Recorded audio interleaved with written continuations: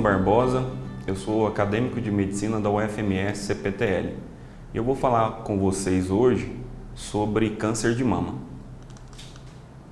Primeiramente, falarei sobre o que é a mama. A mama é uma glândula que tem uma função de nutrição. Ela possui ductos, ácidos e gordura. 80% dos casos de câncer de mama acontecem no ducto, que são condutos que levam leite até o meio externo. A gente pode ver aqui nessa imagem a presença dos lóbulos, que representa de 10 a 15% dos casos de câncer. Por que falar então do câncer de mama? O câncer de mama é a neoplasia mais comum na população mundial. No ano de 2018 entre 2018 e 2019 são esperados cerca de 60 mil casos novos de câncer. Em 2015 ocorreram cerca de quase 16 mil mortes, segundo dados oficiais. A relevância para os homens do câncer de mama se dá na porcentagem de 1% de todos esses casos. Então, o câncer de mama não é exclusivo somente das mulheres. Ele representa hoje 1% de todos esses casos.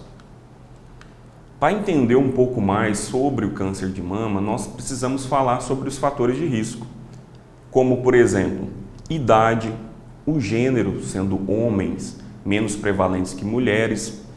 Podemos ver também um histórico familiar positivo para essa doença, além de mutações genéticas em genes específicos, por exemplo, o BRCA1 e o BRCA2, além de fatores endócrinos como menarca, menopausa, paridade e amamentação. Além também de que outras doenças prévias, doenças benignas prévias, como por exemplo, aquelas formações tumorais ou aquelas formações nodulares que são tão comuns na população feminina. Além desses fatores que eu falei anteriormente, temos outros como reposição hormonal, há controvérsias em relação ao uso de anticoncepcionais orais, a densidade da mama, ou seja, aquela mama mais densa, uma mama mais gordurosa, essa mama mais gordurosa também vai favorecer o aparecimento de câncer, além de hábitos de vida, que são fatores que a gente tem como fatores modificáveis, que são obesidade, sedentarismo e bem como tabagismo. Os fatores de risco genéticos que eu disse anteriormente, a alteração no BRCA1 e 2 se dá numa mutação gênica, onde esses genes que eu falei anteriormente são supressores tumorais, sendo que, se eles estão alterados, favorecerão o aparecimento de câncer. O grupo de risco maior hoje que nós podemos analisar são pessoas que têm um histórico familiar positivo em parentes de primeiro grau, uma história pessoal prévia de câncer, bem como mutações em parentes próximos. Então, ou seja, conhecimento de pessoas da família que têm esse tipo de câncer. Chegamos no ponto mais importante da nossa fala, que é a prevenção.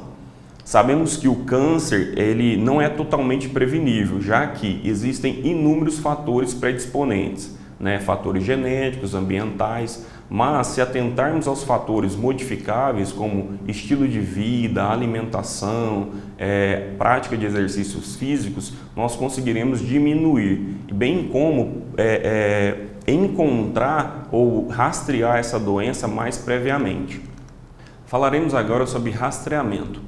A Sociedade Brasileira de Mastologia, a Sociedade Brasileira de Radiologia e a FEBRASGO, que é a Federação Brasileira de Ginecologia e Obstetrícia, definem que a mamografia, que é o exame de escolha, deve ser feito a partir de 40 anos de idade, anualmente, enquanto a mulher tiver uma boa expectativa de vida. A mamografia é um exame que consegue detectar nodulações ou alterações até meio centímetro, já que o exame físico, ou seja, a palpação, consegue ver nodulações maiores que 1 centímetro. Ela pode ser aquela convencional, analógica, bem como a digital, e vai variar em relação ao custo desse exame, bem como a sua resolução ou qualidade no final. A sensibilidade da mamografia é alta. Nos Estados Unidos é em torno de 75%. Isso quer dizer que se a pessoa tem aquele câncer, se a pessoa tem uma alteração, a mamografia vai apresentar em até 75% dos casos com acerto. O profissional mastologista pode lançar mão de outros exames para apoiar o seu diagnóstico, como a ultrassonografia ou a ressonância magnética, em casos especiais. Por exemplo, mulheres antes dos 40 anos com histórico familiar positivo, bem como mulheres depois dos 74 anos de idade, ou seja, com a baixa expectativa de vida. E quais são os principais sinais e sintomas do câncer de mama? O principal sinal é um nódulo fixo endurecido, geralmente maior que 1 centímetro. A pessoa também pode sentir dor e alterações na textura de pele. Falaremos agora sobre o diagnóstico. O nódulo suspeito, ele tem que ser elucidado, bem como as microcalcificações agrupadas. De que forma? Através da core biopsy, que hoje é o padrão ouro. Ela é feita através de uma agulha grossa ou uma mamotomia, que é a retirada de um pedaço da lesão, guiada por ultrassom. Então, nessa imagem, a gente consegue ver uma agulha sendo introduzida na região onde o ultrassom identificou o nódulo. Ele é padrão hoje para o diagnóstico, bem como para a imunohistoquímica, que é um exame onde vai elucidar a origem daquela célula.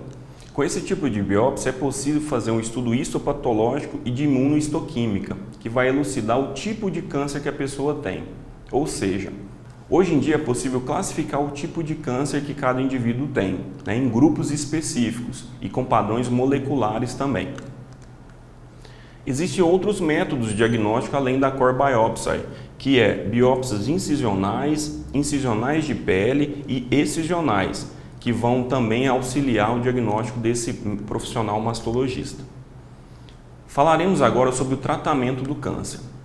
O tratamento do câncer ele é multidisciplinar, então envolve, além do médico mastologista, envolve oncologista clínico, envolve enfermagem, fisioterapia, patologista e psicologia principalmente. O tratamento depende tanto do paciente quanto da equipe especializada e também do estágio inicial da doença. Por isso, a necessidade da prevenção, bem como do rastreio precoce. Se encontrarmos o câncer em fases iniciais, é possível um prognóstico de quase 100% de cura, ao passo que cânceres em fases tardias a mortalidade é alta. O paciente do câncer de mama deve ser tratado como um todo, então de forma biopsicossocial. E o tratamento quimioterápico do câncer de mama? Ele pode ser neoadjuvante, ou seja, antes da cirurgia, pode ser adjuvante e pode ser de forma paliativa, naqueles casos onde o câncer foi diagnosticado em fases tardias, já com metástase. A escolha específica da droga é do profissional, O profissional ele vai escolher a droga de acordo com cada tipo histopatológico da doença. Existe o tratamento quimioterápico para o câncer de mama. O profissional ele vai escolher a droga para cada tipo de câncer. Então existem inúmeras drogas, como vocês podem ver.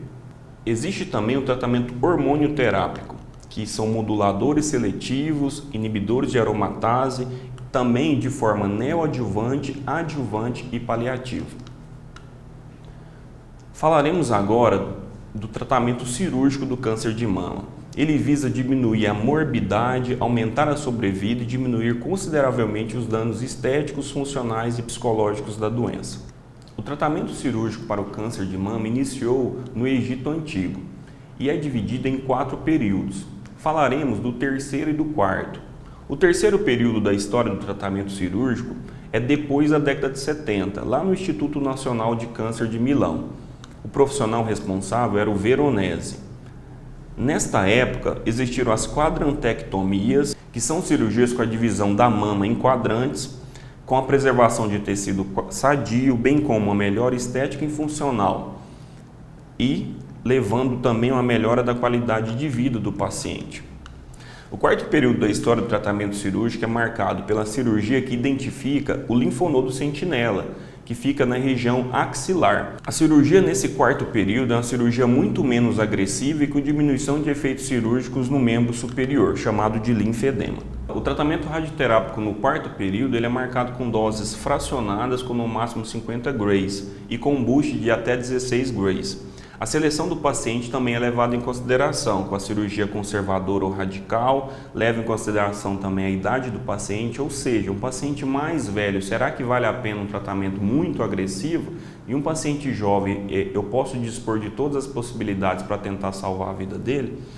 Eu posso levar em consideração também as comorbidades prévias, ou seja, hipertensão, diabetes, será que esse paciente ele tem doenças prévias?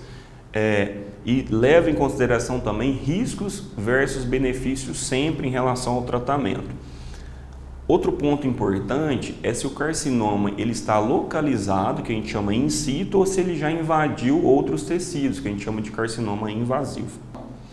O objetivo é diagnosticar principalmente se aquele câncer de mama recidivou, ou seja, se ele ressurgiu, reapareceu naquela mesma localidade ou em localidades distantes.